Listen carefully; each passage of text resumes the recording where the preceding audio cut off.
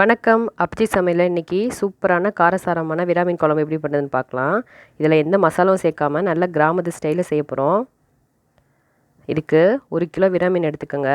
விராமீன் வந்து ரொம்ப டேஸ்ட்டாக இருக்கும், முள்ளும் அதிகமாக இருக்காது. இன்றைக்கி நம்ம மீன் குழம்பு வந்து நல்ல மண் சட்டியில் செய்ய போகிறோம். எப்போவுமே மீன் குழம்பு வந்து இந்த மாதிரி மண் சட்டியில் செய்யும்போது ரொம்ப டேஸ்ட்டாக சூப்பராக இருக்கும். ட்ரை பண்ணி பாருங்கள். தேவையான அளவு எண்ணெய் விட்டு இது கூட வெந்தயம் சேர்த்துக்கலாம். வெந்தயம் நல்லா செவந்ததுக்கப்புறம் இது கூட கொஞ்சம் கடுகு சேர்த்துக்கலாம். கடுகு வெடித்ததுக்கப்புறம் இப்போ நம்ம அது கூட சோம்பு சேர்த்துக்கலாம். இது கூட நம்ம கட் பண்ணி வச்சுருக்க ஒரு 15 பல் சின்ன வெங்காயத்தை சேர்த்து நல்லா வதக்கிக்கலாம்.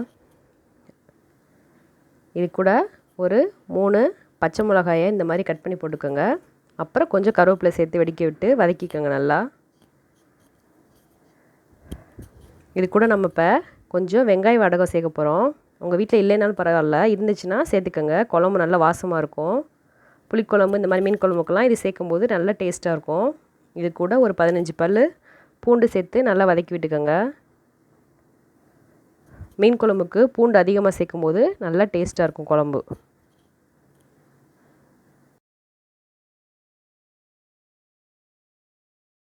இப்போ நல்லா வதங்கிருச்சு. இது கூட நம்ம கட் பண்ணி வச்சுருக்க ஒரு 3 தக்காளியை சேர்த்து வதக்கிக்கலாம்.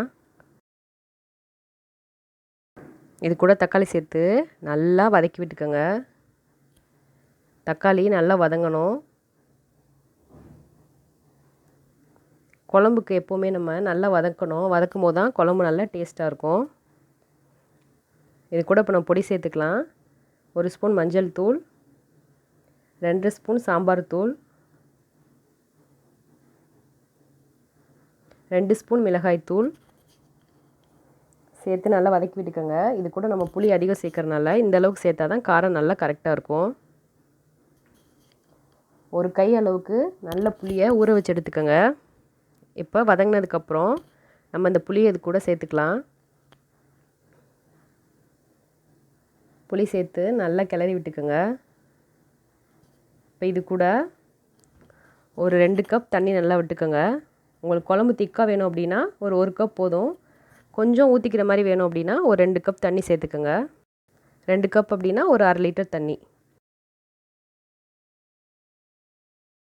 இது கூட தேவையான அளவு உப்பு சேர்த்துக்கோங்க.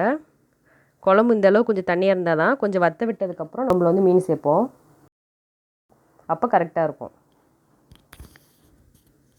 குழம்பு வந்து வற்ற விட்டதுக்கப்புறம் தான் வந்து மீன் சேர்க்கணும். உடனே சேர்த்திங்க அப்படின்னா மீன் வந்து கரைஞ்சிரும்.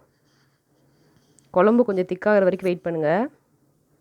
இப்போ நம்ம குழம்பு நல்லா வற்றி ரெடி ஆயிடுச்சு. இப்போ இதில் நம்ம மீன் சேர்த்துக்கலாம். மீன் வேக ரொம்ப நேரம் ஆகாது. ஒரு 2 கொதி வந்ததுக்கப்புறம் அடுப்பு ஆஃப் பண்ணிட வேண்டியதான். லைட்டாக கிளறி விட்டுக்கோங்க.